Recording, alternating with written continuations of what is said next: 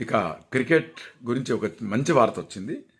అమ్మాయిలు అదరహో ప్రపంచ మ్యాచ్లో పాకిస్తాన్పై ఘన విజయం.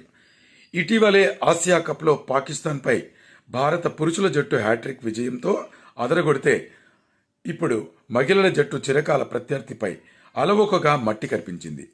మహిళల వన్డే ప్రపంచ కప్లో ఆదివారం భారత్ 88 పరుగుల తేడాతో పాక్పై ఘన విజయం సాధించింది. ఇక పాకిస్తాన్ భారత్తో పెట్టుకుంటే ఎప్పుడైనా అంతే.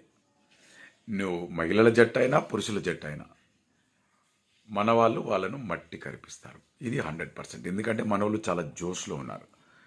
దేశ ప్రధాని నరేంద్ర మోదీ ఎంత అయితే జోష్లో ఉన్నారో దేశాన్ని ముందుకు తీసుకెళ్లడానికి ప్రతి ఒక్క జట్టు కూడా ఏ ఏ ఆట చూసినా కూడా ఆట జట్లు అన్ని కూడా చాలా సంసిద్ధంగా ఉన్నాయి. అందుకోసం ఇప్పుడు మహిళల జట్టు కూడా పాకిస్తాన్పై ఘన విజయం సాధించింది. కంగ్రాచులేషన్స్.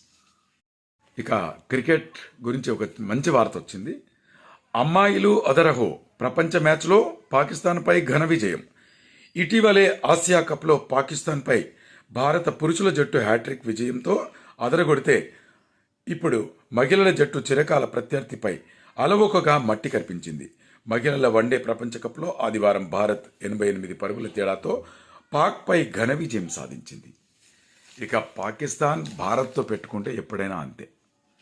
నువ్వు మహిళల జట్టు అయినా పురుషుల జట్టు అయినా మన వాళ్ళు వాళ్ళను మట్టి కరిపిస్తారు. ఇది 100%. ఎందుకంటే మనోళ్ళు చాలా జోష్లో ఉన్నారు.